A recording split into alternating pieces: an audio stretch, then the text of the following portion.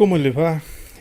Vengo de tomar examen en La Rioja y estamos terminando con los exámenes aquí en la Universidad de Córdoba. Bueno, uno de los temas que siempre ha preocupado a los chicos, a los muchachos y también a nosotros, porque nosotros también hemos sido estudiantes y no solo eso, sino que nos preocupa como docentes cómo evaluar a nuestros alumnos. Bueno, elegí miedo como una de las emociones básicas de los seres humanos.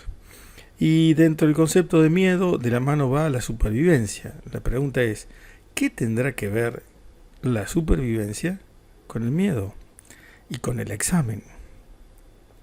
Al medio está nuestro querido órgano llamado amígdala cerebral, adrenalina, acetilcolina y finalmente oxitocina. Este es el plan general de lo que vamos a ver en este video. Entonces vamos a la amígdala. Los investigadores de la Universidad de Iowa en Estados Unidos describen el caso de una mujer cuya amígdala quedó destruida por una enfermedad. Los científicos observaron cómo la paciente era incapaz de responder a estímulos relacionados con el miedo. Ante víboras, arañas, películas de terror e incluso situaciones en las que su vida había estado en peligro. La paciente la denominaron SM. Fue expuesta a arañas para medir sus respuestas. Encargado de este trabajo el Dr. Feinstein. Pero ¿cómo funciona este órgano capaz de disparar nuestros sentidos y hacer saltar el pánico? Dos estudios publicados en la revista Nature acaban de descifrar el funcionamiento de lo que los científicos han llamado el circuito del miedo. El equipo del neurobiólogo David Anderson, del Instituto Tecnológico de California, Caltech, y el profesor Andreas Lüthi, de Friedrich Meister Institute, hablan de el circuito del miedo. Han comprobado la existencia de dos tipos de neuronas en la amígdala cerebral para abrir y cerrar las puertas del miedo y controlar este proceso de ida y vuelta. Estas dos poblaciones de neuronas se inhiben entre ellas. Solo una de las dos poblaciones puede estar activa. Así hay un grupo de neuronas que vigila todo el tiempo en búsqueda de estímulos, de alertas, para que se desencadene la descarga de adrenalina que se dirige a todo el cuerpo, al punto tal que se produce una sensación especial. Se seca la boca, se pone taquicárdico, aumenta al principio la frecuencia respiratoria, la tensión arterial. Primero hay una inspiración profunda, después uno se agita, y así es como viene esta respuesta adrenérgica a la secreción entonces de adrenalina de frente al miedo. La amígdala analiza el ambiente de forma continua en búsqueda de estímulos que predigan el peligro. Nos explica Wolf Haubensack, coautor del estudio realizado en Caltech, a lainformación.com. Así que hay un grupo de neuronas que espían todo el tiempo, están viendo si aparece el peligro. Entonces, en el microcircuito está integrado por otro grupo de neuronas que son las que se encargan de la descarga de adrenalina, de la liberación brusca de adrenalina. Es una verdadera explosión múltiple, simultánea. Los efectos aparecen con gran intensidad. Efectos desagradables, similares a un ataque de pánico. Su síntesis y liberación no están controladas por la voluntad. El organismo lo hace de manera autónoma. Bueno, volvemos a miedo, supervivencia, amígdala cerebral, adrenalina, acetilcolina, oxitocina. Entonces ahora pasamos a ver acetilcolina.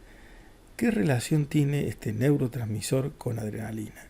La acetilcolina libera adrenalina, abre los canales de calcio, permite la salida de la adrenalina en la glándula suprarrenal. Las suprarrenales, que son dos, segregan una gran cantidad de adrenalina, respuesta a un pico de estrés, miedo o ansiedad. Así el estrés, la ansiedad, el miedo, la alerta, la amenaza, el conflicto, todos se interrelacionan con la adrenalina. Es una hormona del grupo de las aminas simpático-miméticas. Estimula el sistema nervioso simpático. El sistema nervioso simpático es una de las ramas del sistema autónomo. Controla las reacciones y reflejos viscerales. Sistema autónomo, entonces está integrado por el sistema simpático, el sistema parasimpático y el sistema entérico. El simpático está formado por una cadena de ganglios con origen en el bulbo raquídeo, conectándose a la médula espinal y de allí a los órganos a los que inervan, con neuronas preganglionares y posganglionares. Las neuronas preganglionares están relacionadas con el neurotransmisor conocido como acetilcolina, mientras que las neuronas posganglionares, que conectan el ganglio con el órgano diana, están reguladas por el neurotransmisor noradrenalina. La adrenalina, si buscamos una imagen, es el acelerador. Se pone en marcha el sistema defensivo y de reserva del organismo. Los efectos son taquicardia, vasoconstricción, redistribución de flujo. Primero provoca palidez en la piel y luego se enrojece, se dilatan las pupilas, se hace más lenta la respiración, luego aumenta el ritmo respiratorio. Provoca una alteración brusca del metabolismo de las grasas y los hidratos de carbono. Aumenta la glucosa circulante en la sangre, con lo que se incrementa la energía disponible. Relaja las fibras musculares de las paredes del tubo digestivo. Disminuye la actividad digestiva. Las descargas de adrenalina en forma brusca producen angustia, irritabilidad, tensión e intranquilidad. Pone al organismo en una situación de emergencia llamada de lucha o de huida. Junto con la adrenalina, la glándula suprarrenal también libera cortisol y noradrenalina. Cortisol va a ser motivo de un video especial, ya que el cortisol se relaciona con la diabetes, con el síndrome metabólico, con tantas otras cosas. Entonces aumenta la tensión arterial, disminuye la actividad digestiva, aumenta la sudoración y el tono muscular, controla los movimientos, pero si pasa un límite determinado, puede alterar la coordinación y aparecer temblores. Estas descargas de adrenalina se producen asociadas a una sensación de amenaza. Esta amenaza puede ser tanto real como imaginaria. Puede suceder por un susto, la aparición imprevista de alguien o simplemente la pregunta de un profesor en clase. Es decir, vamos a insistir con que la amenaza puede ser imaginaria. Y antes de un examen, muchos alumnos están en una actitud de rumiación. Es decir, si a él le han preguntado eso y me preguntan a mí y yo no sé, pero si él sabe, ¿cómo yo no lo sé?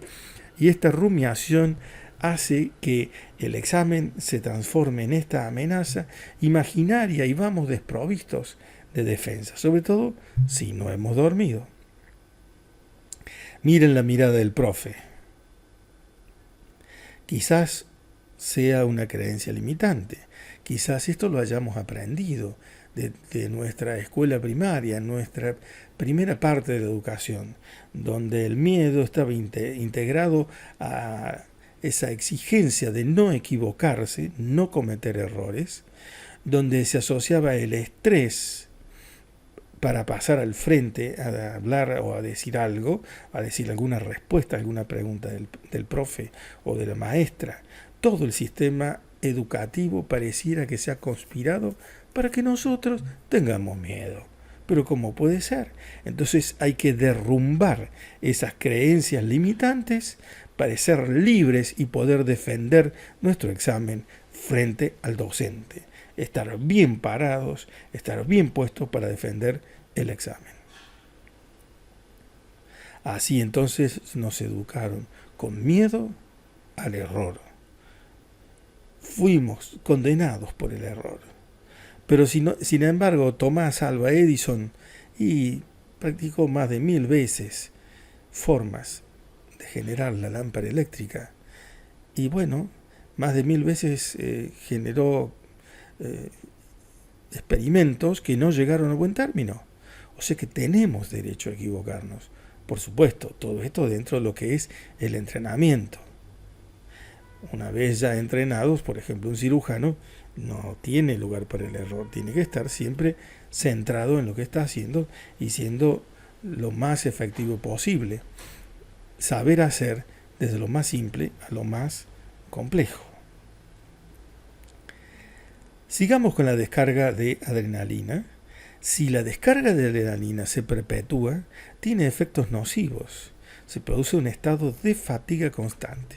Ejemplo, estamos estudiando la materia, estamos cansados, no dormimos preocupados, tenemos esta cuestión imaginativa que nos va a ir mal porque le fue mal a nuestro compañero, y así con nuestra neurona espejo estamos reviviendo lo que le pasó a otro y no nuestra propia historia. En la medida que tengamos más desgaste de adrenalina, tendremos más fatiga. Por lo tanto, es dormir, desconectarse y, si es posible, hacer un poco de meditación. Entonces, a no agotarse en la etapa de estudiar. Y recuerden lo que dijimos cuando hablamos de memoria. 40 minutos de estudio, 10 minutos de descanso. Prohibidas las bebidas energizantes, el exceso de cafeína, de mate, etc. Es posible que puedas disminuir la descarga de adrenalina, su frecuencia e intensidad mediante el uso de técnicas de relajación o cambios en tu estilo de vida. O sea, como dicen aquí, bajar un cambio. Técnicas de desactivación fisiológica como la respiración diafragmática o el entrenamiento en relajación muscular progresiva. Bueno, hasta acá llegamos. Vamos en el siguiente video a presentar desde la oxitocina en adelante.